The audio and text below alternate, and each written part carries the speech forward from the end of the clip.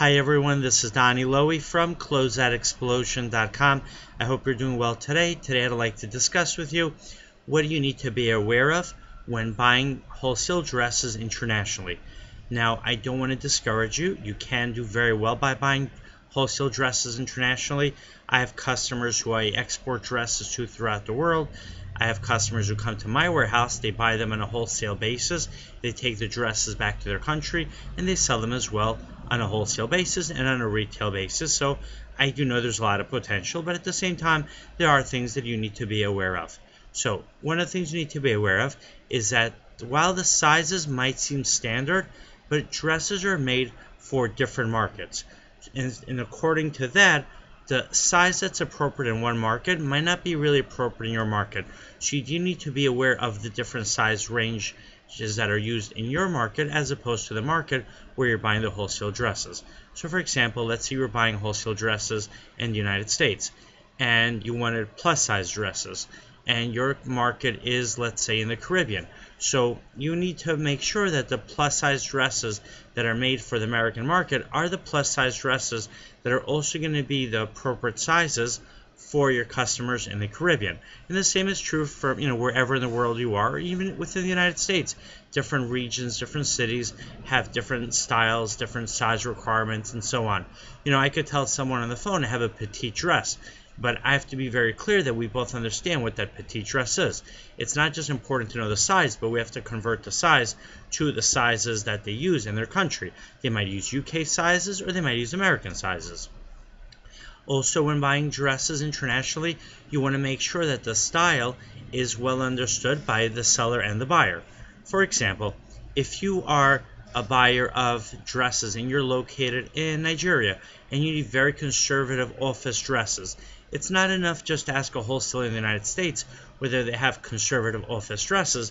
You need to make sure that you both are in agreement what is considered a conservative office dress. Right now, once you are in agreement, then of course you can buy those wholesale dresses because you know they'll be appropriate for your marketplace. Now, that actually brings me to another important and interesting point. You should be doing business with people who have already served your market. So if you, for the example with Nigeria, if you're importing wholesale dresses from the United States to Nigeria, then you should prefer to use a wholesaler who has already sold wholesale dresses to Nigeria. This way the wholesaler is I should say, familiar with the market that you're selling in. And the same is true, for every country. Now, let's say you're dealing with a wholesaler overseas who is not familiar with your market.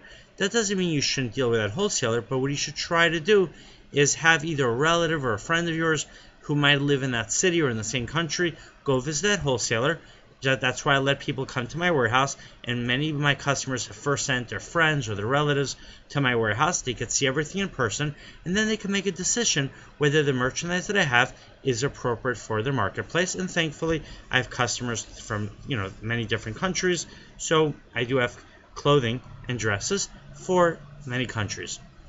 Another thing you want to be aware of is the price, meaning you could get a really great wholesale or below wholesale price on a dress from your overseas supplier, but you still have to make sure that that price is going to allow you to resell that dress at a profit to your customers.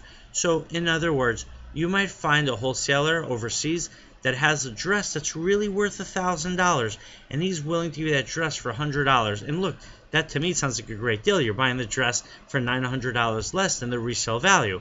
But if that resale value is only true in his country, then you're not going to want to bring that dress to your country assuming you're going to sell it for $1,000.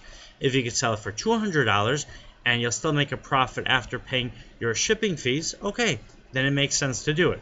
But the key is to focus on the resale value of the dresses in your country, not the resale value of the dresses in the country where you are buying the dresses from.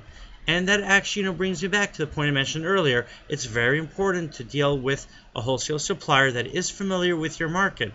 This way, you could both have a good long-term relationship, right? As a wholesaler myself, I want to know what it is that my customers are looking for, and I'm more comfortable when my customers look at my merchandise, whether they look at the sample pictures online or they send someone to the warehouse, or even better, if they visit the warehouse themselves, because then I know they're making the best selection possible for their business, and then I know we can have a very good long-term business relationship.